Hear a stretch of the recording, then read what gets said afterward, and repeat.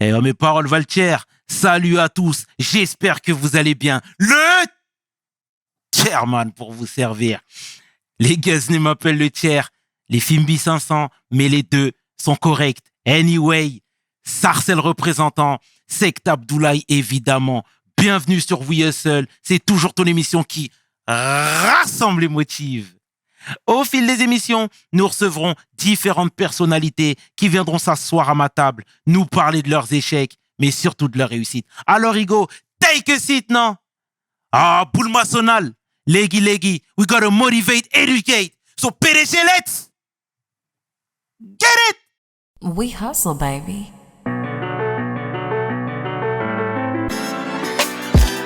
Le chairman. We hustle, baby. Le chairman. We hustle, baby. Le chairman. De retour sur We Hustle et aujourd'hui, je suis vraiment fier de recevoir mon homeboy, le grand patron, le grand frère, musicien, leader, mais surtout philanthrope. Le légendaire Asalfo. Asalfo. Comment tu vas, mon frère? Je vais bien, et toi, tu vas bien? Tout va bien? Tu m'as fui à Abidjan, je t'ai retrouvé à Paris. Tu fais plaisir, Asalfo. Merci de me recevoir. Merci à toi d'avoir accepté l'invitation. Ouais. Et je précise, tu m'as reçu comme un des tiens à Abidjan. Ouais, c'est vrai. Il faut que je le précise. Merci à Salfo. Dis-moi, est-ce que tu peux te présenter, s'il te plaît, pour celles et ceux qui ne te connaissent pas? Alors, je suis Salif Traoré à l'état civil et je suis connu sous le pseudonyme de Asalfo. Je suis membre du groupe Magic System, un groupe ivoirien qui a été découvert en France fin des années 90, début des années 2000. Et puis, après ça, on a fait tout le parcours que les gens connaissent aujourd'hui avec le titre qui nous a lancé, Premier Gaou. Et puis après, ça a suivi Bouger, Chéri Coco, Magic Indier, Zouglou Dance, la danse des magiciens et tout ça. Aïe. Salfo. On va discuter aujourd'hui. Tout ça. Et on retrace le parcours ici. Donc déjà, Anou Mambo. C'est ça. Tu viens de là-bas. C'est ça, exactement. Comment il était le jeune Salif au début des années 80? Ben, c'est un jeune insouciant. Vous savez, la jeunesse qu'on mène en Afrique, on ne demande pas grand-chose, hein, mais on a cette joie de vivre là. C'est vrai qu'on n'était pas des familles, on n'était pas issus de familles riches, mais on n'était pas non plus démunis de tout. Donc, à nos moments, on jouait au clair de lune comme tout le monde, on s'amusait comme tous les gamins, sans chaussures, sans habits, on courait dans les rues.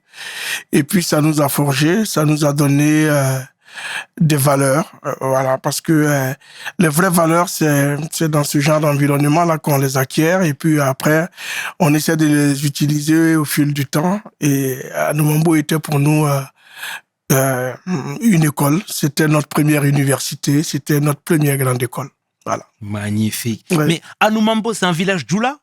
Non, c'est pas un village Djoula, c'est un village ébrié.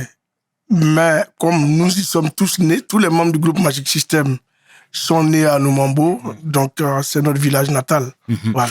Mais Anoumambo, ça se situe à combien de kilomètres d'Abidjan? Anoumambo est dans Abidjan. C'est dans Abidjan même? C'est un village qui a la chance d'être à Abidjan parce que les autochtones sont des ébriers et tous les ébriers ont leur village. Abidjan, déjà, c'est un gros village ébrié, mais qui est réparti de l'est à l'ouest, du sud au nord, qui est encadré par des villages, entouré par des villages ébriés. Et Anoumambo fait partie de ces villages-là, un petit village. Voilà. D'accord. Parce que quand moi j'étais à Abidjan, on va y venir forcément, hein, mais je voyais sur les panneaux Anoumambo. Et j'étais avec un frère à moi, et on se disait, ça c'est grâce à Salfo, ça. C'est vrai ou pas? C'est vrai qu'avant, personne ne mettait l'accent sur ces petits villages. Et Magic System, nous en avons fait notre combat. On s'est dit qu'il fallait quand même promouvoir ce petit village. Et c'est pourquoi dans toutes nos chansons, vous allez entendre quelque part, voilà. Comme d'habitude, on est calé, nous on vient d'Anoumambo. Donc c'est toujours, voilà. Et quand les gens viennent à Abidjan aujourd'hui, ils veulent voir où est Anoumambo. où à Numambo, c'est devenu comme un petit site touristique. Et ça, c'est notre fierté, quoi. Voilà. Ça fait plaisir à Salfo. Voilà. Et au niveau même de la fratrie, vous êtes combien? 8 frères et sœurs, c'est ça? 7 frères et sœurs. On était 9, mais malheureusement, il y a eu des décès en route. Et là, on est resté 7 frères et sœurs. Voilà. Et moi, je veux savoir, même à l'école, comment toi t'étais? Bouillant, turbulent, mais très bosseur. Parce que j'ai eu quand même à me soucier de l'avenir. Parce que quand on n'est pas issu d'une famille aisée, on cherche à mieux se positionner dans le futur. Donc, on a essayé. Et puis, bon, malheureusement, les moyens n'ont pas suivi. Parce qu'après, moi, j'ai voulu suivre des études de transitaire. Et il n'y avait pas les moyens pour me payer la formation. Et malheureusement, j'ai pas continué. Et puis bon, après, la musique qui était une passion est devenue un métier. Et je me suis concentré sur la musique. Mais t'as arrêté en quelle classe, l'école? En classe de terminale. Terminale? Oui. Ok, très bien. Et tu disais que la musique était une passion pour toi. Moi, je sais que ton frère Ali jouait de la guitare un Exactement. petit peu. Bah, ouais. Exactement. C'est lui qui t'a mis le pied à l'étrier? Oui, il faut dire qu'il y a contribué beaucoup parce que lui, il est musicien guitariste.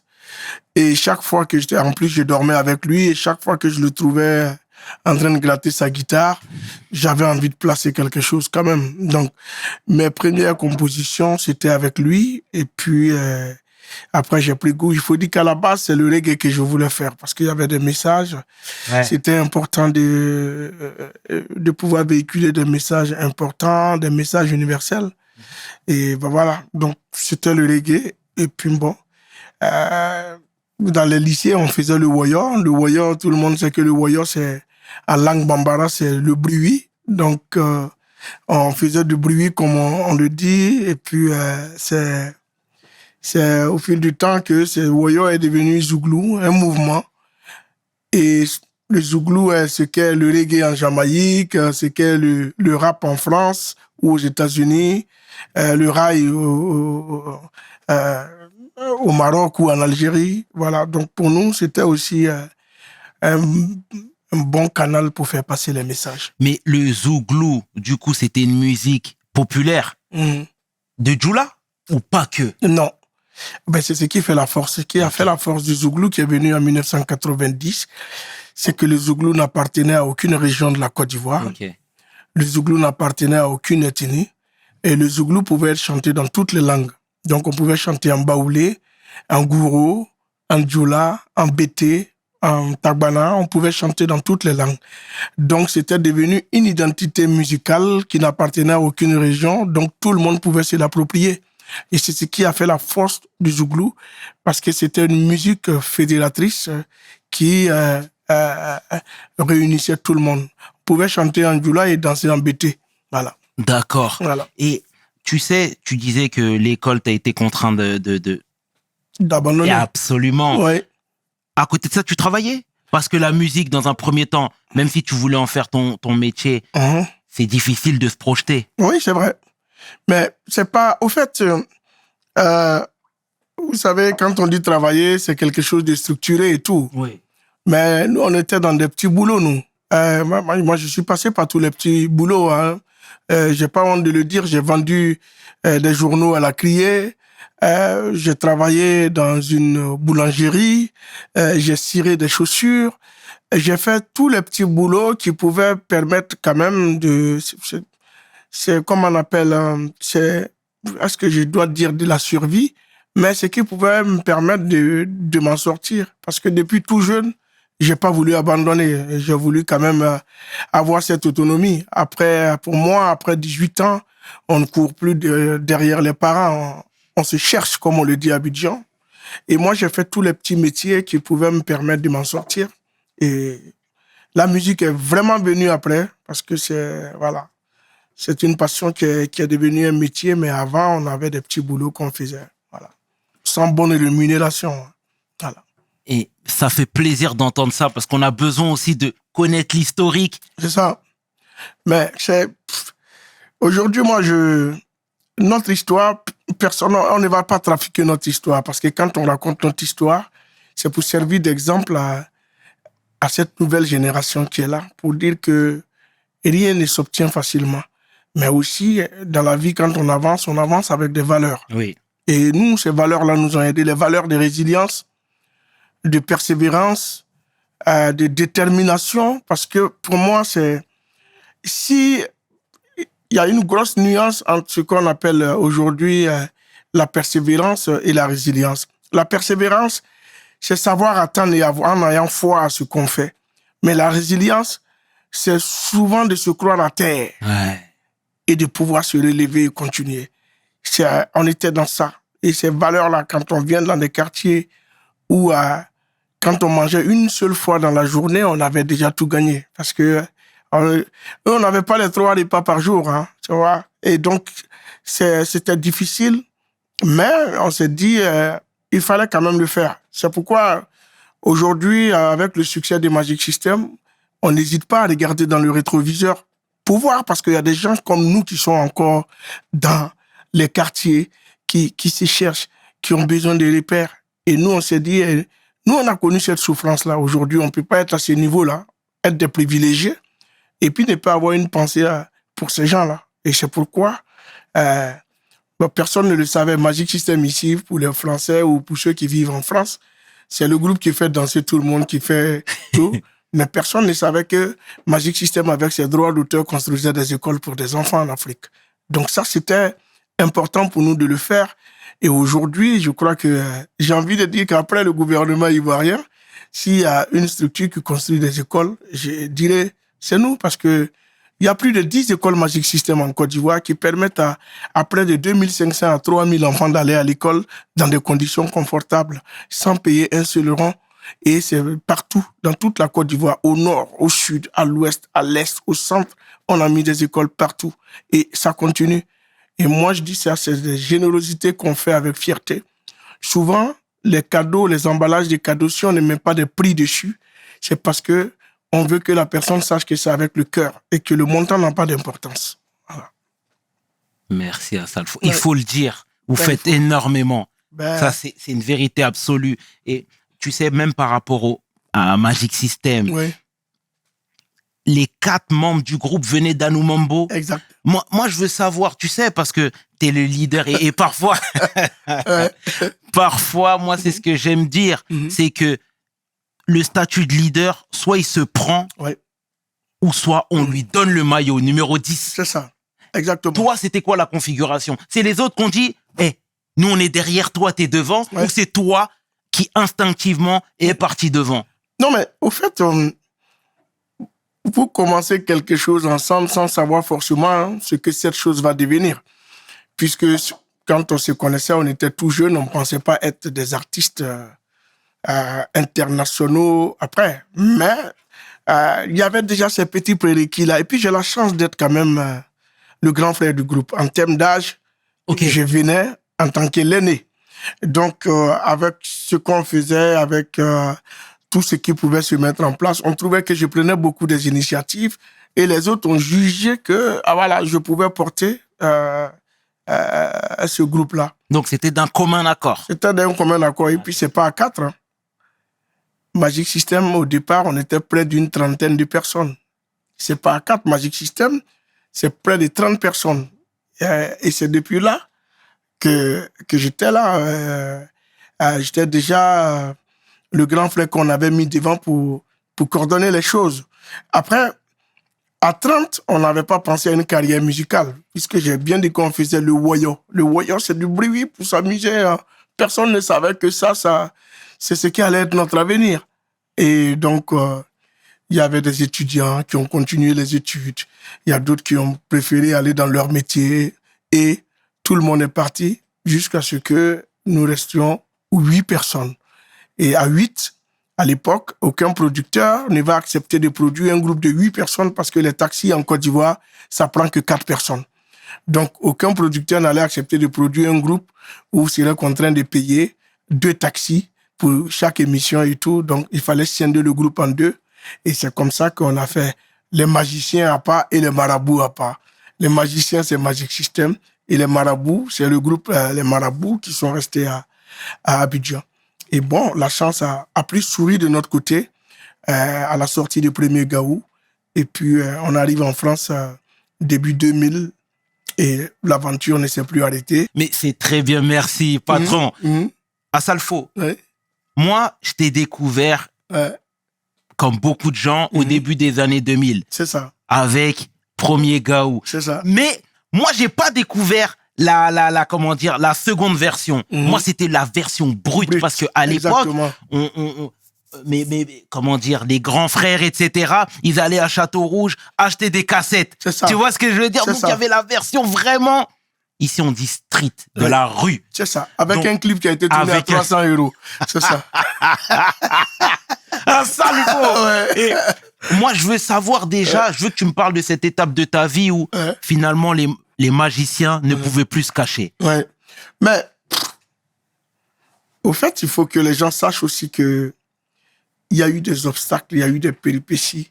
Si la réussite des Magic System est une belle histoire aujourd'hui, c'est parce que derrière toute réussite, il y a des échecs. Et que les victoires sont plus belles quand il y a plus d'obstacles aussi. Et pour moi, avec Magic, tout est parti de rien pour être là, parce que c'était même pas évident que nous soyons là aujourd'hui. Je raconte toujours une histoire qui est une histoire qui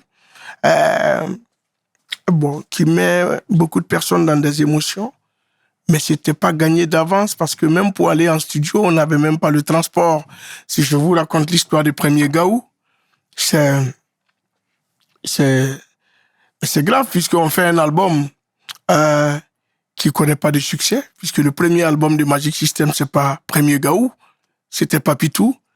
Donc, l'album ne connaît pas de succès. Et vous savez très bien qu'en Afrique, quand tu fais un album qui connaît pas de succès, les producteurs ne se bousculent pas à la porte. Donc, c'est là encore, en tant qu'aîné du groupe, je prends l'initiative de dire, mais on va faire quand même une chanson pour essayer de présenter et nous actualiser. Donc, j'appelle à l'époque celui qui avait fait le premier album, qui est David Taïro. Je l'appelle et je lui demande, mais est-ce qu'on peut venir en studio pour faire une chanson? On a une chanson qu'on veut faire, mais on n'a pas les moyens. Est-ce qu'on peut venir en studio? Et ce dernier dit, oui, vous pouvez venir, mais il faut être là à 20h. Ben voilà. Mais à 20h, David Taïro est à Cocody, nous on est à Nouambo. Donc il fallait emprunter de l'argent avec des jeunes filles du quartier. Chacune a donné un peu de pièces. Alors, on avait besoin de 1000 francs CFA. Ça fait même pas 1,50 €. Donc c'est ça qu'on prend pour aller en studio. Et on arrive en studio, il n'est pas là. Celui qui nous donne le rendez-vous, il n'est pas là. Elle dit, ben c'est grave. Et moi, j'étais souffrant. J'étais mal en point. Et j'ai fait des efforts pour arriver, il n'est pas là. Donc le gardien dit, il est rentré, donc il faut que vous rentrez. J'ai dit, mais je suis malade. Je ne peux pas. Laissez-moi me reposer avec mes gars ici. Moi, je vais dormir un peu. Et si le balèze descend, on va retourner chez nous. Et c'est là qu'on dort dans le garage là, du studio. Et Dieu aidant, ce producteur avait oublié la souris de son ordinateur au bureau.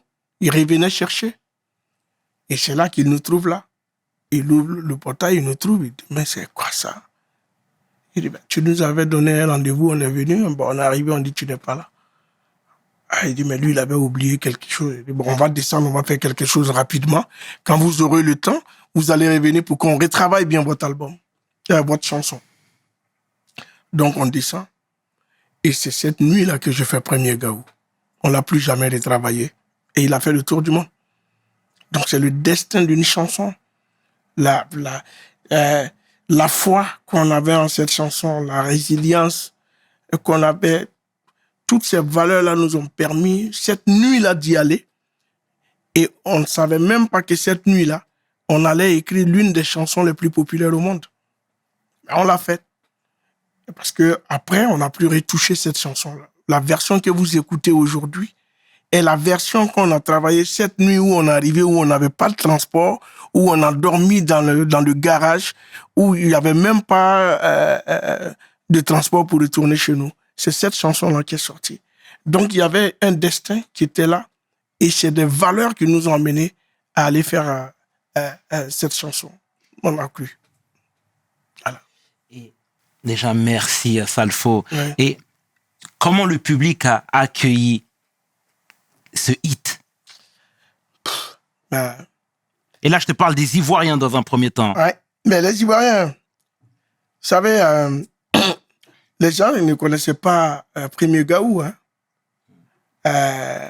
Le jour quand on a joué Premier Gaou pour la première fois, c'était dans un petit maquis à Yopougon. Et ce qui m'a marqué, il y a une vieille dame qui vend du poisson de l'autre côté de la route, qui traverse pour venir dire au DJ, la chanson que tu viens de jouer, s'il te plaît, est-ce que tu peux la rejouer? Je l'ai écoutée, elle est trop forte. Moi, ça m'a touché. Je vais la réécouter. Et comme ça, on rejoue la deuxième fois. On était allé pour faire la première partie d'artistes. On devait jouer avant que la guest star arrive. Et toute la soirée a été faite avec cette musique. Donc, c'est parti de bouche à oreille qu'il y a une nouvelle chanson qui est sortie avec des jeunes qui viennent dans Numambo. Ça s'appelle Premier Gaou. Toute la nuit, on y a dansé et tout. Et après, tu as tous les propriétaires des restaurants, des bars et tout qui nous cherchaient parce que la chanson n'était pas sortie. On avait une cassette. À l'époque, c'était les cassettes. Il fallait que nous-mêmes, on vienne avec la cassette. On la joue et quand on finit, on nous remet la cassette pour repartir avec.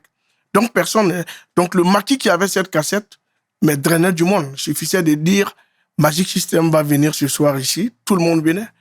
Tout le monde, c'était Premier Gaou. Et on s'est dit, bon, écoute, il y a quelque chose qui est en train d'arriver. Je sais pas, c'est un phénomène. Mais après, entre le peu et le trop, il y a ce qu'on appelle la mesure.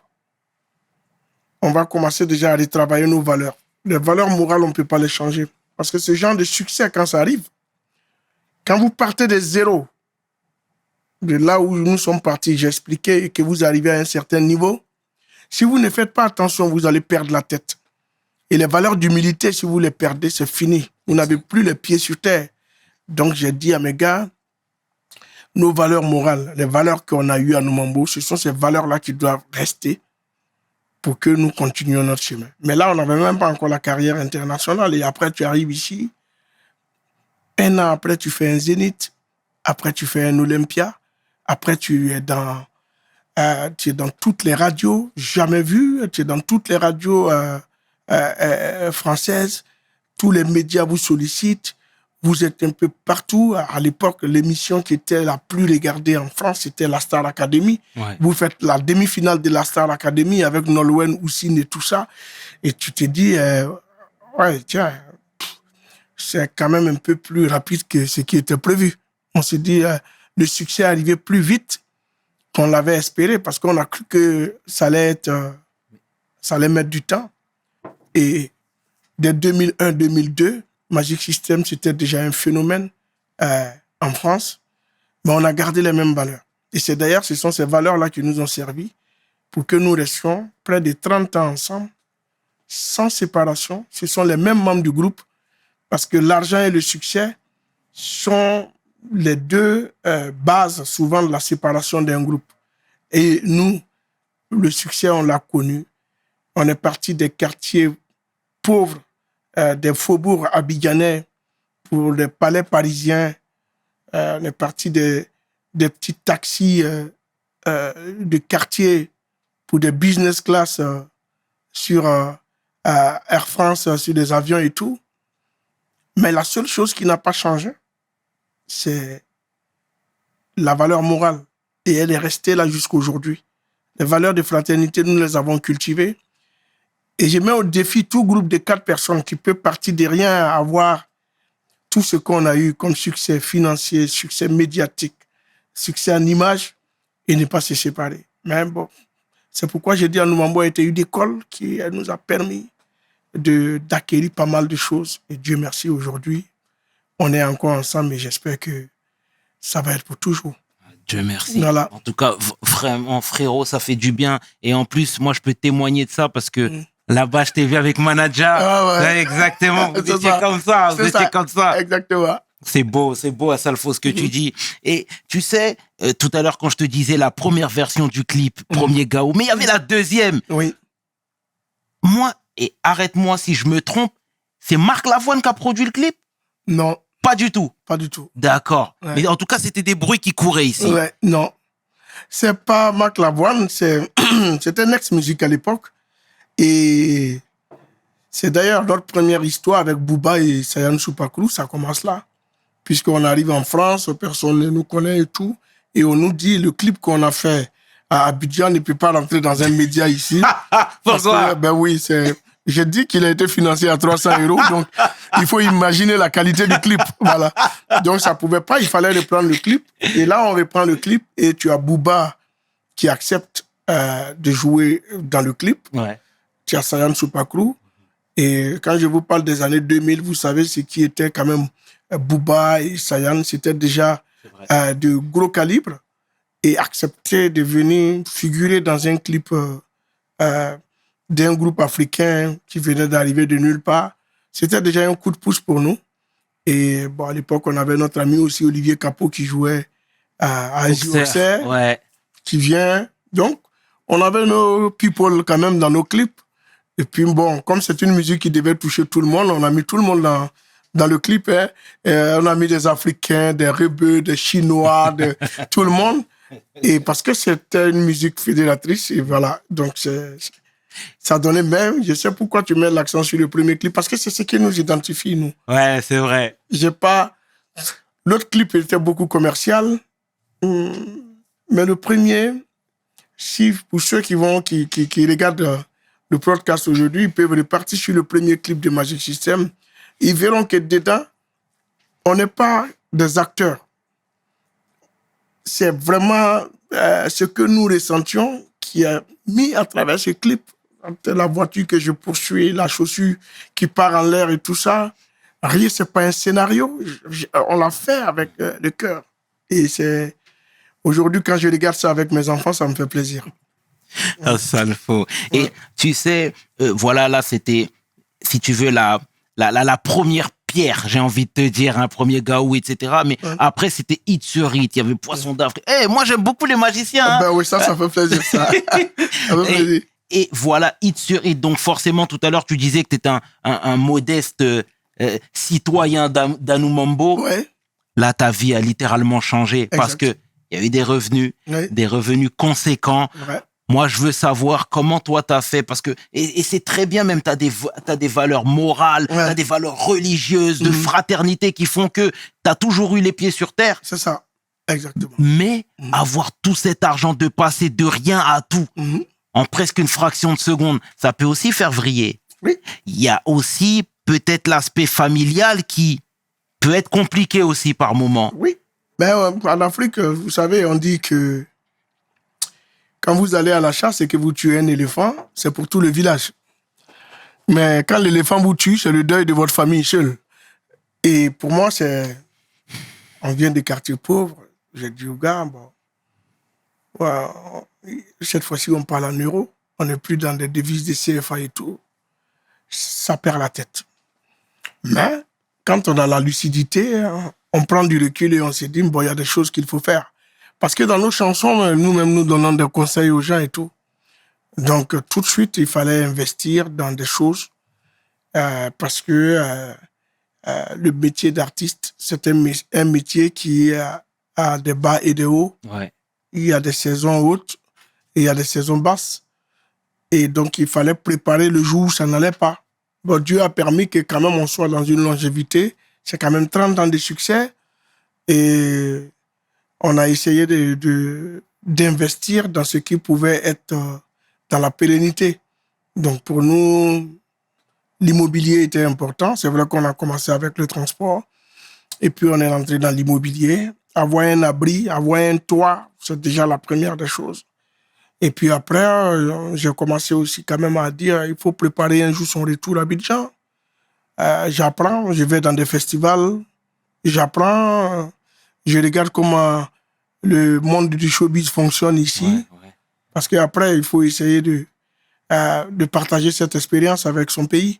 Parce qu'on a vu qu'ici, c'était vraiment en avance. Et c'est comme ça qu'en 2008, je décide de créer Gaou Productions. Voilà, qui va être le relais entre ce que nous avons appris ici et ce que nous voulons donner à l'Afrique. Et comment toi, t'as fait pour rester intègre et garder tes valeurs? Parce que tu sais, quand un Africain arrive dans une maison de disques, le message peut aussi être policé. Tu vois ce que je veux dire? Oui.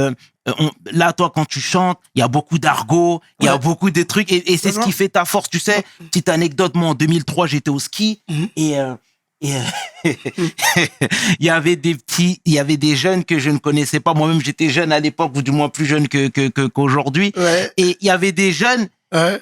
qui ressemblaient pas à des enfants d'Anoumambo. Ouais, tu vois? c'est Tu ça. comprends? Ouais. Et ils étaient en train de chanter par cœur les paroles de Premier Gaou, etc. Et moi, ça m'avait fait rire, tu vois, parce que tu étais rentré dans leur foyer. Ouais. Et si je te pose cette question, c'est que quand tu rentres généralement dans un business, le discours peut être, comment dire, dilué. C'est ça.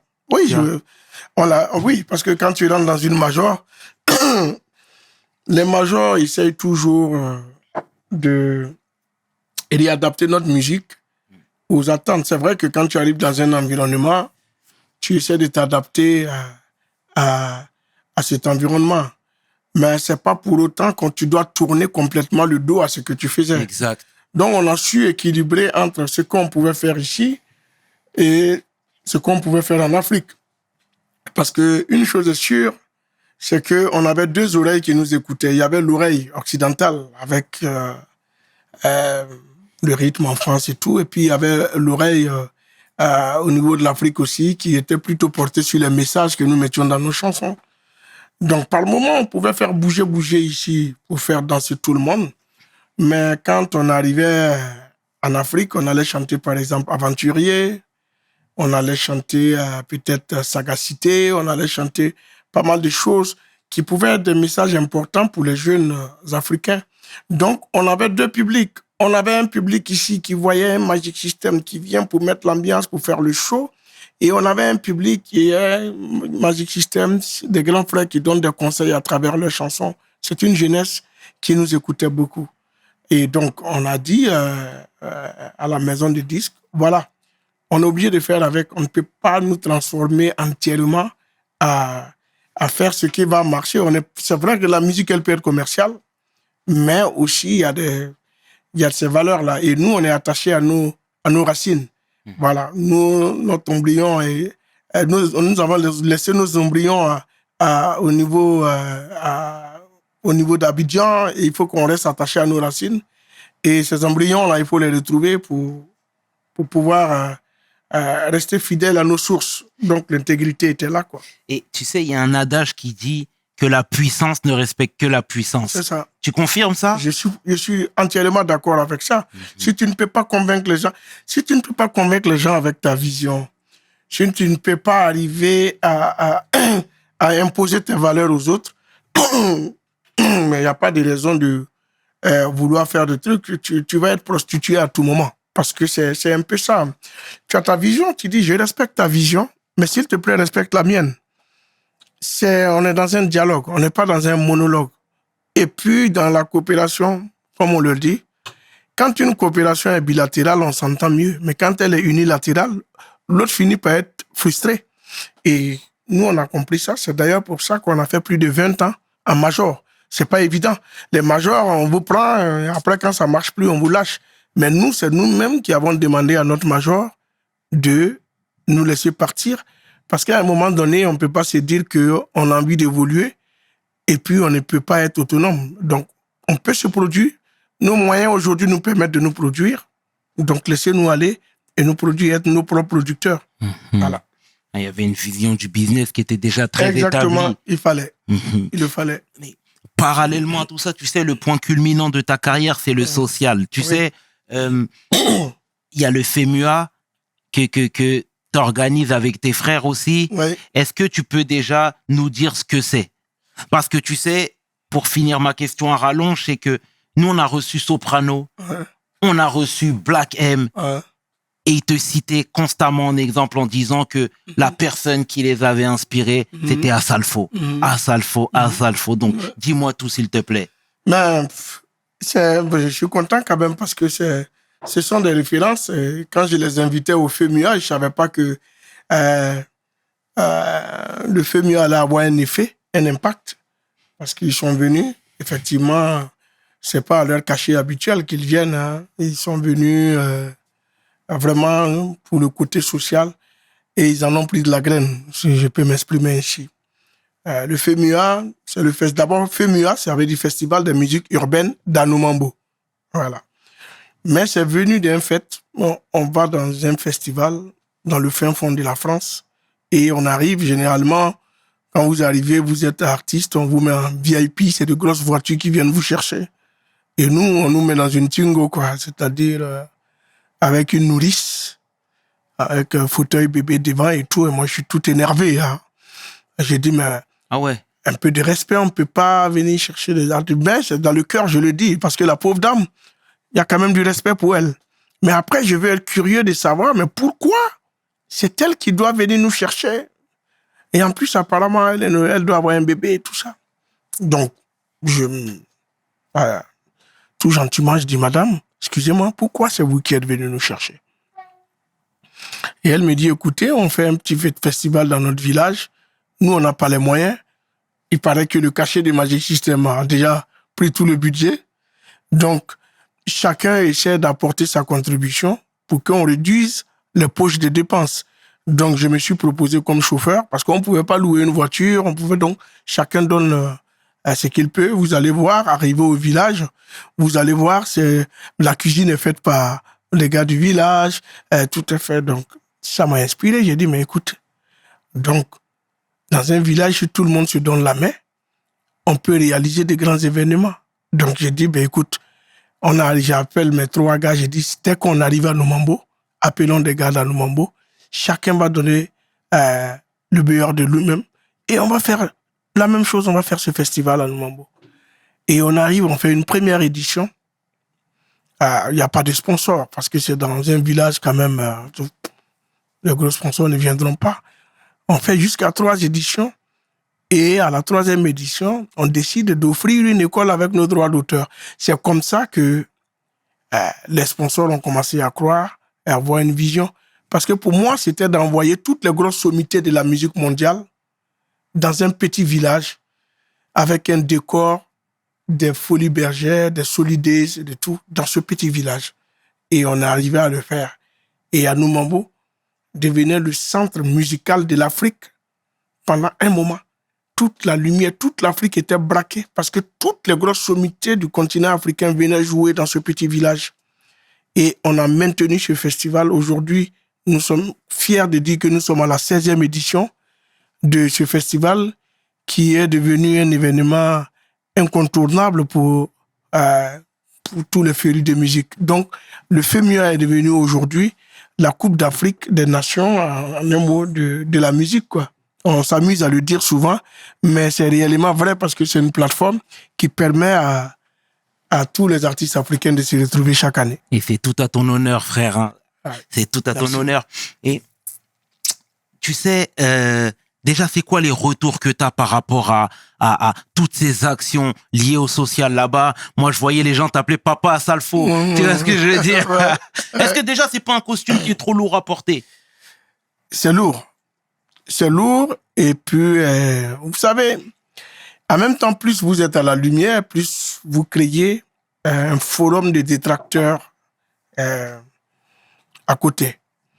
Mais vous prenez des coups, mais ce sont ces coups-là qui vous amènent à vous dire que vous êtes arrivé à un niveau où peut-être que vous ne savez pas où vous êtes, mais votre statut est en train de vous montrer que vous êtes en train de réaliser quelque chose à laquelle vous n'avez jamais pensé. Ouais. Vous prenez des coups, il y a des mauvais jugements. Vos détracteurs chercheront souvent à vous faire tomber parce que c'est pas bien de s'attirer toutes les lumières comme ça, alors que vous ne le faites pas exprès. Et vous savez, le fait de dire Magic System ou Asalfo, ça suscite souvent, je dirais pas de jalousie, moi j'aime pas employer ce terme, mais ça suscite souvent de la rancune inutile, de la rancœur inutile, des choses qui n'ont pas le droit d'être. Et ces mauvais coups deviennent des choses qui peuvent vous empêcher. Quand vous venez de nulle part, il n'y a pas de problème. Mais là, quand vous commencez à vous affirmer, il y a des choses qui vont arriver et sans vous rendre compte, vous devenez la poubelle de tout. Et tout se déverse sur vous. Mais vous devez accepter parce que moi, je suis croyant. Quand Dieu vous permet d'arriver à un certain niveau, il vous donne la carapace pour supporter tous les coups qu'on vous envoie.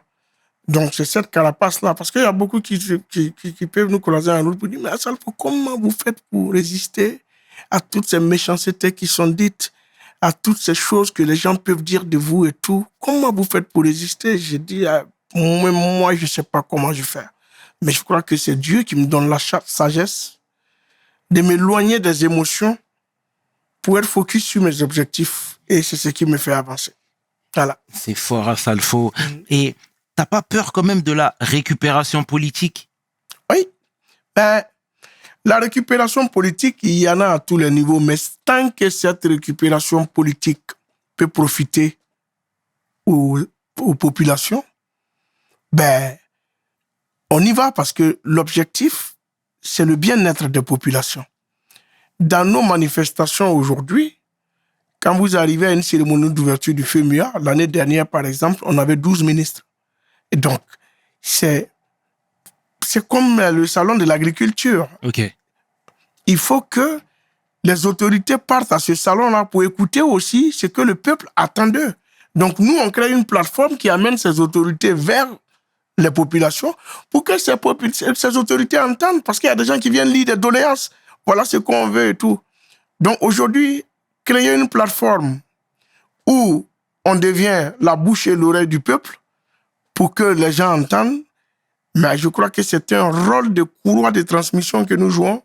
Et pour moi, tout va ensemble. Vous ne pouvez pas monter ce genre de projet s'il n'y a pas de volonté politique qui vous accompagne. Ok. Donc, la volonté politique y est. Après, c'est vous qui regardez comment est-ce que vous équilibrez les choses. Parce que si vous faites ça dans une vision électoraliste ou dans des manipulations pour pouvoir faire, à un moment donné, vous trahissez vous-même votre pensée et après, vous n'êtes plus en adéquation avec votre conscience. Donc, restez... Moi, je reste vraiment en adéquation avec ma conscience, c'est ça. Et sans transition, comment toi tu vois le fait, déjà, comment tu vois le changement de la Côte d'Ivoire? Parce que, encore une fois, là, moi-même, j'ai eu la chance de m'y rendre il y a un mois. Ouais. J'ai vu de belles installations, j'ai vu un peuple content, même de présenter le pays au monde entier, hein, même, hein, tu vois. Et moi, ce qui m'avait frappé, c'est que Ado était rentré sur le terrain et j'ai vu tout un peuple crier. T'as tout compris. Que ce soit les Baoulés, les Djoula, les Bété, tu vois. Et moi, c'est quelque chose qui m'avait frappé parce que voir au 21e siècle un président qui fait l'unanimité, voir tout le monde réuni pour chanter le nom de quelqu'un, c'est... Tu sais, moi, j'ai pas l'habitude de vanter les hommes politiques. Parce qu'après, ça ressemble à une campagne de propagande. Ouais. Mais souvent, quand les choses sont là, il faut le dire clairement. Le président Ado, il est arrivé au pouvoir en 2010, disons 2011. Mais depuis lors, tous ceux qui sont venus en Côte d'Ivoire ont vu une transformation, mais je ne sais pas comment définir. Même nous qui sommes à Abidjan, avons vu des choses, des routes s'ouvrir du jour au lendemain sans savoir que dans ces endroits, il pouvait y avoir des routes. Donc, c'est un président qui est venu avec une vision. Et nous avons essayé aussi avec notre art de l'accompagner aussi dans cette vision. Et il n'a pas déçu le peuple. Vous avez vu l'événement qu'il a offert au peuple de Côte d'Ivoire. Comment vous ne voulez pas que dans un stade, tout le monde se réunisse pour chanter son nom? Parce qu'il faut quelqu'un qui ait vraiment cette conscience de donner une image, de permettre à son peuple de vivre dans la cohésion. Parce que cette canne que vous avez vue a permis même à des ennemis de faire des accolades dans les tribunes. Et c'est la volonté d'un président. Regardez la Côte d'Ivoire aujourd'hui. On ne parle pas politique, c'est vrai, on va parler de gens. Mais aujourd'hui, c'est une Côte d'Ivoire unie. Quand on jouait contre un pays, il y avait toute une Côte d'Ivoire unie pour ça. Donc ça aussi, c'est la vision du président de la République que nous ne cesserons jamais de saluer. Et chaque fois que l'occasion me permet de le croiser dans une cérémonie ou quelque part, je n'hésite pas à lui dire, président, vraiment merci pour tout. Parce que c'est ceux qui ont connu la Côte d'Ivoire d'avant et qui connaissent la Côte d'Ivoire d'aujourd'hui, vous êtes d'accord avec moi que c'est l'un des plus beaux pays d'Afrique. Donc, tu es venu, tu as vu tout ce qu'il y avait à Abidjan. Ben oui, écoute, c'est pas toi seul qui est surpris. Même les Ivoiriens sont surpris aussi. Et là, il y a une réelle union entre tous les peuples, toutes les ethnies en Côte d'Ivoire. Oui. Et ça, c'est pourquoi on est content. Parce qu'on a toujours œuvré pour ça. La paix et la cohésion sociale. C'était ça. Parce que notre pays était divisé. Nous avons eu une grosse jeunesse politisée. Et à un moment donné, on parlait plus de politique que de football. On parlait que de politique que de politique. Alors que la politique est souvent source de division. Pour une fois, pendant un mois, on a parlé de foot. Et ça a resserré le lien de tous les Ivoiriens. Et même si c'est pour un moment, mais c'est déjà bon qu'on puisse se reparler à nouveau, qu'on puisse courir dans les rues ensemble, qu'on puisse trinquer ensemble à la victoire de la Côte d'Ivoire. C'est aussi, c'est une vraie politique. Tu sais, pendant quelques temps, toi, tu étais établi en France où tu menais ta carrière d'une main de maître, hein, je précise. Pourquoi avoir décidé de rentrer? Parce que c'est important. L'Afrique ne doit pas se vider de ses cerveaux. L'Afrique a besoin de nous. Nous qui avons eu la chance de sortir, de voyager, d'acquérir des expériences, c'est pas acquérir ces expériences et rester là. Parce que c'est en retournant que nous donnons cette force-là à l'Afrique. Donc la diaspora africaine devient aujourd'hui une force pour cette Afrique. Et moi, j'ai voulu faire partie de cette diaspora afro-optimiste qui se dit tout est possible et que si on rentre et qu'on met le peu de savoir qu'on a au service de l'Afrique, ça peut aller. Donc, il y a des footballeurs qui sont rentrés pour faire des centres de formation. Nous sommes des artistes, nous sommes rentrés, nous avons réorganisé le milieu des industries culturelles et créatives. On a mis des festivals, des plateformes de diffusion. Et ainsi de suite, les ingénieurs vont rentrer pour construire des ponts et chaussées. Les docteurs, les médecins vont rentrer pour que le plateau technique médical soit encore plus bien, qu'on ait des spécialistes qui vont qui vont s'occuper des gens qui n'auront plus besoin de prendre un visa pour venir se soigner dans des hôpitaux ici. Chacun dans son secteur d'activité rentre pour apporter. Et moi, j'ai pensé à un moment donné que j'avais tellement emmagasiné que je voulais quand même redonner un peu à l'Afrique. Et c'est ce que j'ai fait avec le groupe Magic System. Et nous sommes très, très fiers aujourd'hui. Voilà. T'as 2 plateaux? Ouais, 2 plateaux. Comme on le dit, dans nos mambo, 2 plateaux. C'est pas pour faire de la rime, hein, mais c'est vraiment c'est un trajet avec des valeurs. T'as bossé. C'est 50 minutes disons 30 minutes en voiture, mais c'est 30 années en termes de démarche.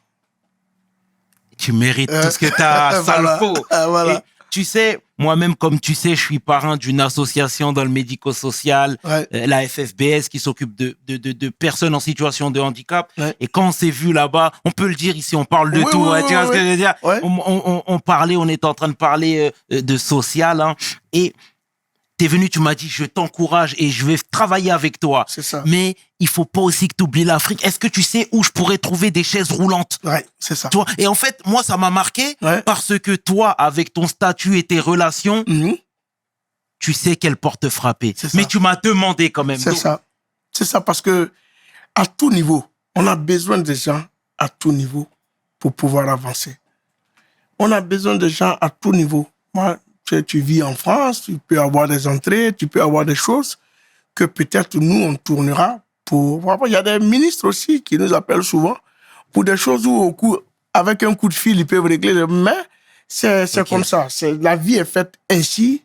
Et quelqu'un disait que même quand on est quand on sort du ventre de sa maman, on a besoin de la main d'une sage-femme pour se prendre déjà.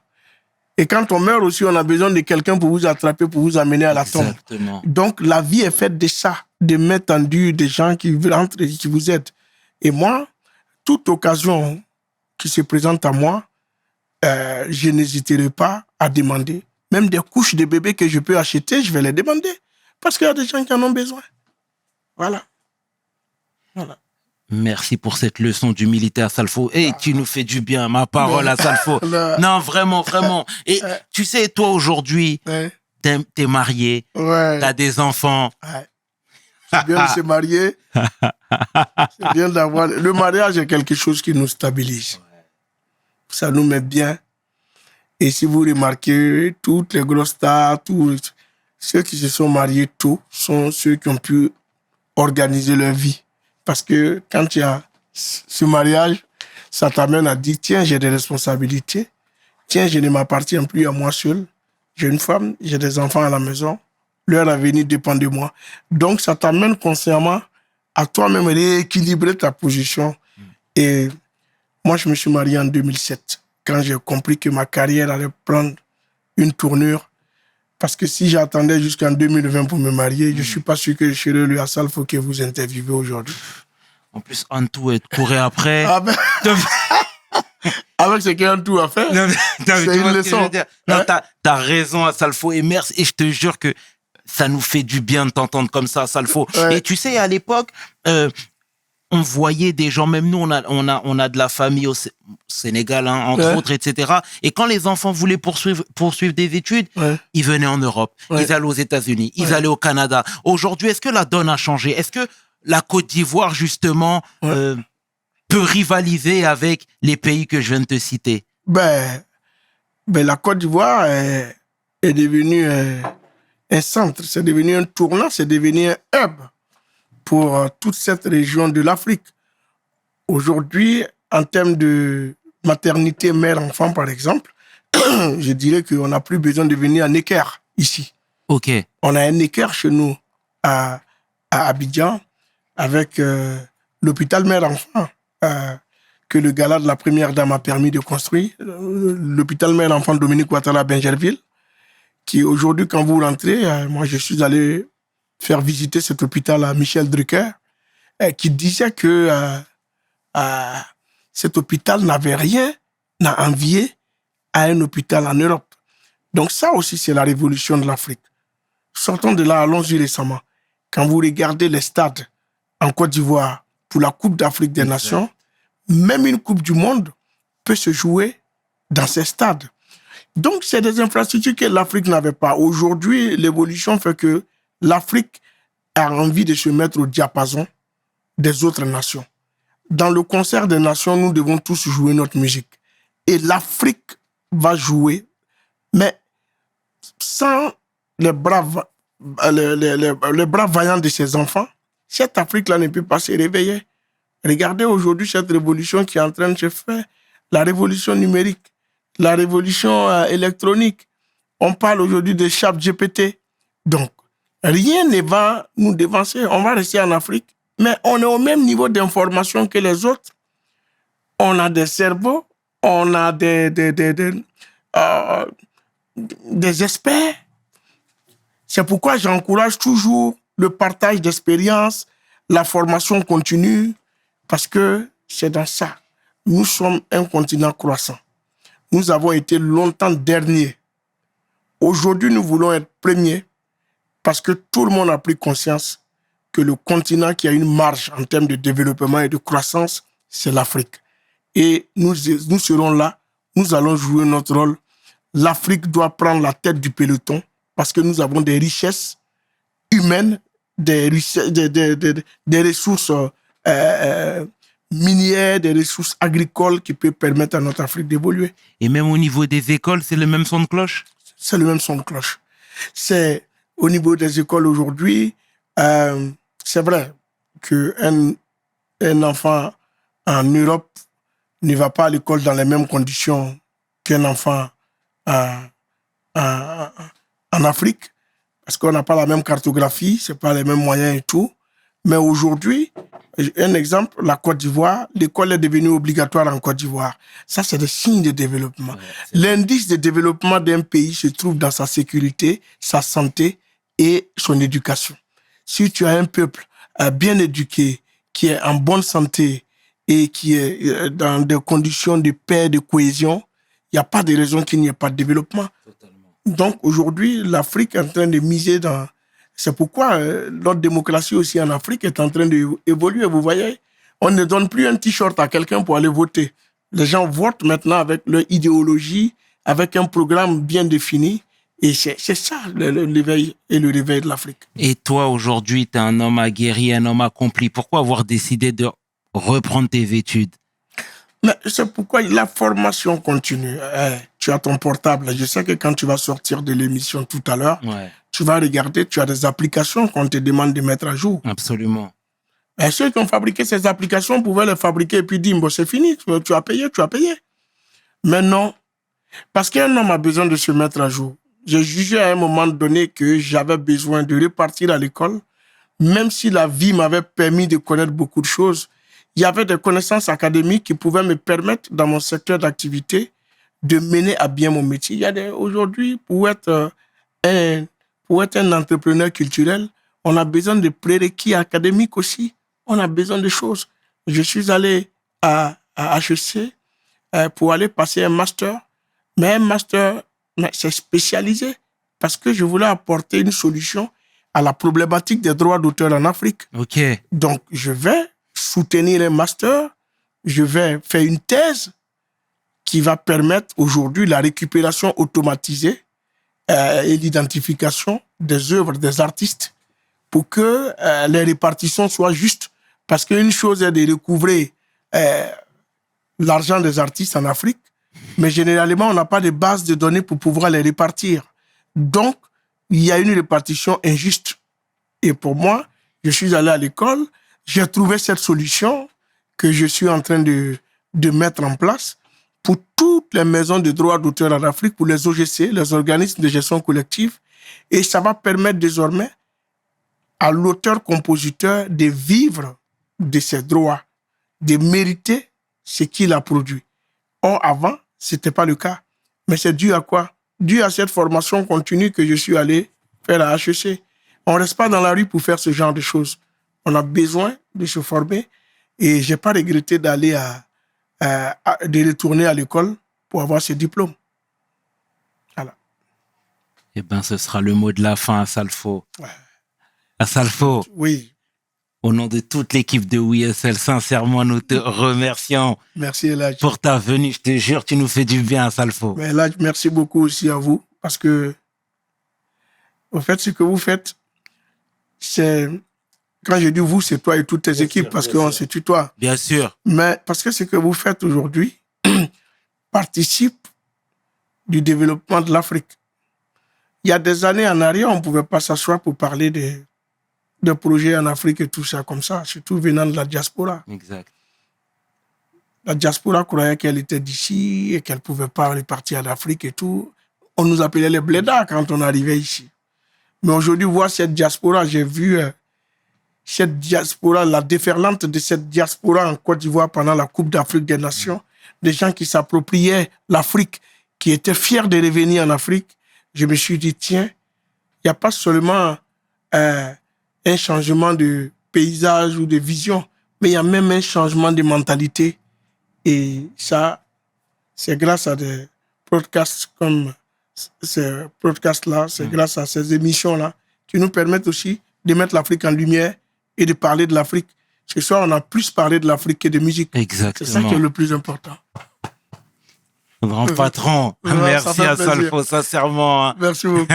Merci à toi. C'était le tiers et 500. Tu peux inverser, les deux sont corrects. Avec mon homeboy, mon grand frère, j'ai nommé Assalfo pour WeHustle. Mes paroles valent tiers. Peace! We hustle, baby.